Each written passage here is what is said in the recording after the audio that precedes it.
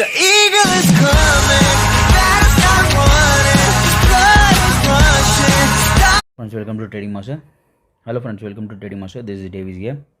இந்த வீடியோவில் Nifty bank Nifty இன்றைக்கி எப்படி ட்ரேட் ஆச்சு, நாளைக்கு எப்படி ட்ரேட் பண்ணாலும் அனலைஸ் பண்ணி பார்க்க போகிறோம்.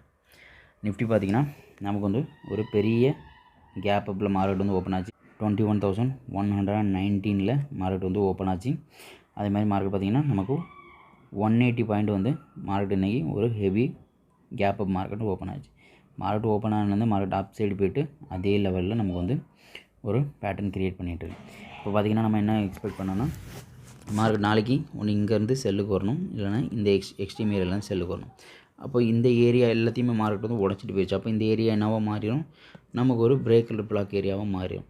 அப்போ மார்க்கெட் இப்படி போன மார்க்கெட் திரும்பி வந்து பை சைடுக்கு ஃபோர்ஸாக போகணுன்னா ஒன்று என்ட்ரி எடுத்துகிட்டு போகணும், இல்லைனா மார்க்கெட் மறுபடியும் கேப் அப் ஆகி ஓப்பன் ஆகி சேம் இதே மாதிரி ஒரு சின்னதாக ஒரு ஹை கொடுத்துட்டு மறுபடியும் சைடுவேஸ் மார்க்கெட்டில் இருக்கணும். இந்த ரெண்டு தான் மார்க்கெட் வந்து நாளைக்கே எக்ஸ்பெக்ட் பண்ணலாம். அப்போ நாளைக்கு ஒன்று செல்லுக்கு வந்து நம்ம கேப் டவுனில் ஓப்பன் ஆகி மறுபடியும் இந்த பிரேக்கர் பிளாக்கில் வந்து சின்னதாக இதில் சேம் ஓப்பனிங் லெவல்லே க்ளோஸ் பண்ணணும், இல்லைனா மார்க்கெட் கேப் அப்பில் ஓப்பன் ஆகி இதே மாதிரி ஒரு சின்ன ஹையை கொடுக்க சான்சஸ் இருக்கும். அப்போ நம்ம வந்து பை லெவல் பார்த்திங்கன்னா 21,250க்கு மேலே நம்ம பை பண்ணிக்கலாம். கேப் அப்பில் மார்க்கெட் வந்து ஓப்பன் ஆச்சுன்னா, நம்ம கேப் அப்பில் மார்க்கெட் ஓப்பன் ஆச்சுன்னா 21,250க்கு மேலே நம்ம வந்து பை பண்ணிக்கலாம். நமக்குள்ள டார்கெட் பார்த்திங்கன்னா 21,290 நமக்குள்ள ஃபஸ்ட் டார்கெட்டாகவும், 21,320 நமக்குள்ள செகண்ட் டார்கெட்டாகவும், 21,360 நமக்குள்ள ஃபைனல் டார்கெட்டாகவும் இருக்கும் பை சைடில் கேப் அப்பில் ஓப்பன் ஆனால் மட்டும். அப்போது நம்ம வந்து ஒரு வேளை மார்க்கெட் வந்து ஃப்ளாட் ஓப்பன்லேயே ஓப்பன் ஆகுது, இந்த ஏரியாவில் ஓப்பன் ஆகுது, அப்படியே அப் சைடுக்கு மார்க்கெட் வந்து ட்ரெண்ட் சேம் கண்டினியூஷன் கொடுக்குது அப்படின்னா நம்ம வந்து 21,220க்கு மேலே நம்ம வந்து பை பண்ணிக்கலாம். ஒரு 30 பாயிண்ட்டுக்கு கீழே ஆனால் ஃப்ளாட் ஓப்பன்லேருந்து மார்க்கெட் வந்து அப் சைடு போகும்போது நம்ம வந்து பை பண்ணிக்கலாம். ஆல்ரெடி மார்க்கெட் வந்து என்ன பண்ணிகிட்ருக்கு, சேம் ஒரே பை சைடில் தான் இருக்குது. இன்னும் செல் சைடில் கொடுக்குற மாதிரி கொடுத்து மறுபடியும் என்ன ஆகுது, அப் சைடில் தான் மார்க்கெட் கண்டினியூ பண்ணிகிட்ருக்கு. சைடு வேஸ்லேயே மார்க்கெட் அடிச்சுட்டு இருந்த மார்க்கெட் இப்போ கேப் அப்பில் ஓப்பன் ஆகி அந்த சைடு வேஸை உடச்சிட்டு போயிருக்கு. அப்போ ப்ரைஸ் ஆக்ஷன் டேட்டெல்லாம் என்ன பண்ணுவாங்க, இதே லெவலில் தூக்கி அப்படியே மேலே வைப்பாங்க. அதுதான் அவங்களுக்கு டார்கெட்டு. அப்போ அந்த லெவல் போகிற தர மார்க்கெட் வந்து கொஞ்சம் அப் சைடு போகும். அதுக்கப்புறம் மார்க்கெட் ஒரு செல் ட்ரெண்டுக்கு வர சான்சஸ் இருக்கும். நமக்கு இப்போதைக்கு பிரேக் அவுட் கொடுத்துருக்கு. அப்போ இந்த பிரேக்குக்கு ப்ராப்பராக ஒரு ஓபி இருக்கும். அந்த ஓபி என்ன பண்ணணும், மார்க்கெட்டை திரும்பி வந்து என்ட்ரி எடுத்து மறுபடியும் அப் சைடு போகணும்.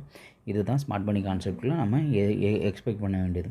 ப்ரைஸ் ஆக்ஷன் ட்ரேடர் இந்த பாக்ஸை தூக்கி அப்படியே மேலே வைப்பாங்க. அது அவங்களோட டார்கெட்டு. இந்த டார்கெட்டை ஃபில் பண்ணோன்னே மார்க்கெட் என்ன பண்ணணும், ட்ரெண்டு திரும்பி வரணும். நமக்கு அந்த ஹை கொடுக்குது, அங்கேருந்து ஒரு 3 மினிட்டில் சிஹெச் வச்சா மட்டும்தான் நம்ம வந்து செல் ட்ரெண்டுக்கு வர போகிறோம். அது வரைக்கும் அப் சைட்லேயே நம்ம ஃபோக்கஸ் பண்ண போகிறோம். மார்க்கெட்டு என்ன தான் மார்க்கெட் வந்து சைடு வைஸ்லேயே இருந்துகிட்டு இருந்தாலும் அப் சைடில் தான் உடச்சி மார்க்கெட் வந்து இன்னும் கண்டினியூஷன் கொடுத்துட்ருக்கு. அப் சைடுக்கு செல் ட்ரெண்டுக்கு கண்டினியூஷன் கொடுக்க மாட்டேங்குது. மார்க்கெட் வந்து ஒரு சிஹெச் கொடுக்குது, அதுக்கப்புறம் மறுபடியும் உடச்சிட்டு மேலே போகுது. அப்போது இந்த சிஹெச்சை நமக்கு வந்து ஃபெயிலியர் பண்ணுது. அப்போ நம்ம எப்போ செல் ட்ரெண்டுக்கு நம்ம திரும்பலாம் அப்படின்னா, நமக்கு வந்து மார்க்கெட் ஒரு சிஹெச் கொடுத்துனா நம்ம செல் ட்ரெண்டுக்கு திரும்ப வேண்டாம், அது கூட ஒரு பிரேக் ஆஃப் ஸ்ட்ரக்சர் கொடுக்கட்டும். அப்போது நம்ம ஒரு கன்ஃபர்மேஷனோட நம்ம வந்து செல் ட்ரெண்டுக்கு போகலாம். இல்லைனா அது பெரும் சிஹெச் மட்டும் கொடுக்குதுன்னா செல் ட்ரெண்டுக்கு நம்ம போக வேண்டாம். பிஓஎஸும் நமக்கு வந்து சேர்த்து கொடுக்கணும். அப்போ நம்ம செல் ட்ரெண்டுக்கு கண்டினியூ பண்ணி போய்க்கலாம். அது வரைக்கும் நம்ம அப் சைட்லேயே ஃபோக்கஸ் பண்ணது நல்லது. எங்கெல்லாம் நமக்கு வந்து என்ட்ரி கிடைக்குதோ ப்ராப்பராக அந்த என்ட்ரிஸை நம்ம வந்து பை சைடுக்கு யூஸ் பண்ணிக்கலாம். இப்போ பேங்க் நிஃப்டி பார்க்கலாம். பேங்க் நிஃப்டி அதே மாதிரி தான். இந்த ஏரியா நம்ம என்னவா எக்ஸ்பெக்ட் பண்ணியிருந்தோம், ஒரு அவ்வளோ ஸ்ட்ராங் இல்லாத ஓபியாக நம்ம இந்த ஏரியாவை எக்ஸ்பெக்ட் பண்ணியிருந்தோம். நம்ம ஃபேர்வெலி கேப் இந்த ஏரியாவில் இதை மட்டும்தான் நம்ம வந்து டார்கெட் பண்ணியிருந்தோம். அதே மாதிரி மார்க்கெட் என்னாச்சு, இந்த ஓபியை ஃபெயிலியர் பண்ணி மார்க்கெட் வந்து கேப் அப்பில் ஓப்பன் ஆகி நமக்கு வந்து அப் சைடில் இன்றைக்கி போச்சு. மார்க்கெட் இன்றைக்கி பார்த்திங்கன்னா மார்க்கெட் 448லேருந்து 440 ரேஞ்சுக்குள்ளே நமக்கு வந்து பாயிண்ட்டு கேப் அப்பில் மார்க்கெட் ஓப்பன் ஆச்சு. சின்னதாக ஒரு அப் சைடு தான். மறுபடியும் மார்க்கெட்டு செல்லுக்கு நம்ம ஆல்ரெடி எக்ஸ்பெக்ட் பண்ணதான் மார்க்கெட் ஓப்பன் ஆகும், மறுபடியும் செல்லுக்கு சேம் ஓப்பன் ஏரியாலேயே வந்து க்ளோஸ் ஆகும். நமக்கு வந்து சைட்வேஸ் மார்க்கெட்டாக இருக்கும். ஒன் சைடு மார்க்கெட்னால் ஃபுல் அண்ட் ஃபுல் ஒன் சைடில் இருக்கணும். இப்படி போயிட்டு மறுபடியும் கீழே வருதுன்னா இது வந்து கேப் இதை கேப்பை கொடுத்துட்டு மறுபடியும் அந்த கேப்பை என்ன பண்ணுறாங்க, ப்ராஃபிட் புக்கிங் பண்ணுறாங்க. அப்போ இது வந்து ப்ராப்பரான ஒரு ட்ரெண்ட் இல்லை, ப்ராப்பராக கேப்பை போகுது, அந்த போன இதுக்கு புக் பண்ணுறாங்க, உடனுக்குடன் புக் பண்ணுறாங்க. இப்போ டிசம்பர் மாதம் நமக்கு வந்து என்ன ஆகும்னா ப்ராஃபிட் புக்கிங் நிறையா இருக்கும். இனி அப்கமிங் டேஸில் ப்ராஃபிட் புக்கிங் நிறையா இருக்கும். எப்போ வந்து மார்க்கெட் வந்து ஒரு சிஹெச் ப்ளஸ் வந்து பிஓஎஸ் கொடுக்குது, நம்ம செல் ட்ரெண்டில் கண்ணை போட்டு உட்காந்துட வேண்டியதான். ஏன்னா டிசம்பர் மாதம் இன்வெஸ்டர்ஸ் எல்லாம் ப்ராஃபிட் புக்கிங்கில் அவங்களுக்குள்ள இன்வெஸ்ட்மெண்ட்டை வெளியே கொஞ்சம் கொஞ்சமாக எடுக்க சான்சஸ் இருக்கும். ஏன்னா டிசம்பர் ப்ளஸ் நியூ இயர், அதனால் பெரிய கேப்பு, இந்த கேப்பில் அவ்வளோ ஹோல்ட் பண்ணி வச்சுட்டு இருக்க மாட்டாங்க இன்வெஸ்டர்ஸ்லாம். இன்ஸ்டியூஷனல் ட்ரேடர்ஸு வச்சுருப்பாங்க, அவங்களுக்கு வந்து எத்தனை வருஷம் ஆனாலும் அது பிரச்சனை இல்லை.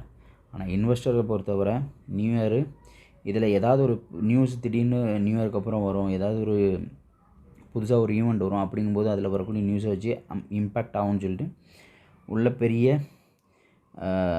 ஹோல்டிங்லாம் வச்சுருக்க மாட்டாங்க. கொஞ்சம் ஹோல்டிங் வச்சுட்டு மீதியை கொஞ்சம் கொஞ்சமாக செல் பண்ண ஆரம்பிச்சிடுவாங்க. அதுதான் இங்கே நடக்கும். பையாகும் மறுபடியும் செல்லாகும் மார்க்கெட்டு. பையு செல்லு இதனால தான் கண்டினியூவாக என்ன தான் கேப்பப்பில் ஓப்பன் ஆனாலும் மார்க்கெட் என்ன ஆகும், கண்டினியூ வந்து எங்கே ஓப்பன் ஆச்சோ அந்த ஏரியாவில் வந்து க்ளோஸ் ஆகும். இது அதனால தான் நடக்கும்.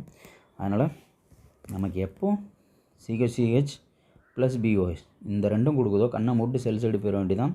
நம்ம வந்து இன்வெஸ்டர் கூட நம்ம வந்து ஒரு செல் ப்ராஃபிட்டை நம்ம பிடிச்சிக்கலாம்.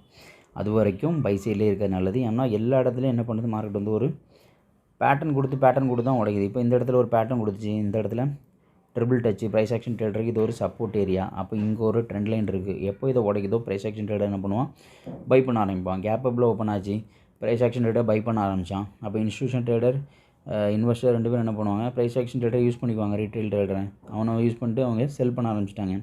அப்போ இதே தான் நடந்துகிட்ருக்கோம். பேட்டர்ன் போடுவாங்க, பை உடைப்பாங்க, செல்லுக்கு வந்துடுவாங்க. இதே தான் நடந்துகிட்ருக்கும். எப்போ வர ப்ராப்பராக ஒரு சிஹெச்சும் பிஎஸும் கொடுக்கலன்னா அது வரைக்கும் இதே மாதிரி நடந்துருக்கும். ப்ராப்பராக கொடுத்துச்சுன்னா பெரிய ஃபாலாட்டி கீழே நீக்கி கொண்டு வர சான்சஸ் இருக்கும். அப்போ இப்போமா என்ன பண்ணியிருக்கு, ஒரு ஃப்ளாக் பேட்டர்ன் மாதிரி தான் போட்டுட்ருக்கு. அப்போ நாளைக்கு என்ன பண்ணலாம், மறுபடியும் கீழே வந்துட்டு ஒன்று இந்த பிரேக்கர் பிளாக்கில் என்ட்ரி எடுத்துகிட்டு அப் சைடு போகணும், இல்லைனா ஏதாவது ஒரு லிக்விடிட்டி மாதிரி கொடுத்து மார்க்கெட் வந்து அப் சைடு இல்லைனா டவுன் சைடு கண்டினியூ பண்ணி போகணும். அப்போ நம்ம பேங்க் நிஃப்டியை பொறுத்தவரை நம்ம வந்து 48,050க்கு மேலே நம்ம வந்து பை பண்ணிக்கலாம். நமக்குள்ள பை வந்து 48,050க்கு மேலே பை பண்ணிக்கலாம். நமக்குள்ள டார்கெட் பார்த்திங்கன்னா 48,110, டார்கெட் 2 48,190, டார்கெட் 3 48,250 நமக்குள்ள ஃபைனல் டார்கெட்டாக இருக்கும். அதே மாதிரி செல்லுக்கு பார்த்திங்கன்னா 47,550க்கு கீழே நம்ம வந்து செல் பண்ணிக்கலாம். நமக்குள்ள டார்கெட் பார்த்திங்கன்னா 47,470, டார்கெட் 2 47,380. அதே மாதிரி நமக்குள்ள ஃபைனல் டார்கெட் 47,300. இது நமக்குள்ள ஃபைனல் டார்கெட்டாக இருக்கும்.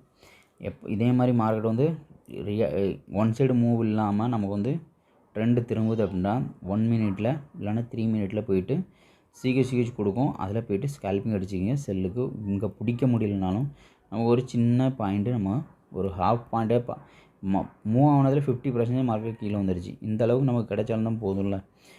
50% மார்க்கெட்டை ஃபுல் 100% பிடிக்கலனாலும் 50% நம்மளால் பிடிக்க முடியும். அதனால் சின்னதாக திரும்பும்போது அதை ஒரு ஸ்கேல்பிங் மாதிரி யூஸ் பண்ணிக்கோங்க. Hope this video is useful. Thank you so much for வாட்சிங். Happy trading. Good luck.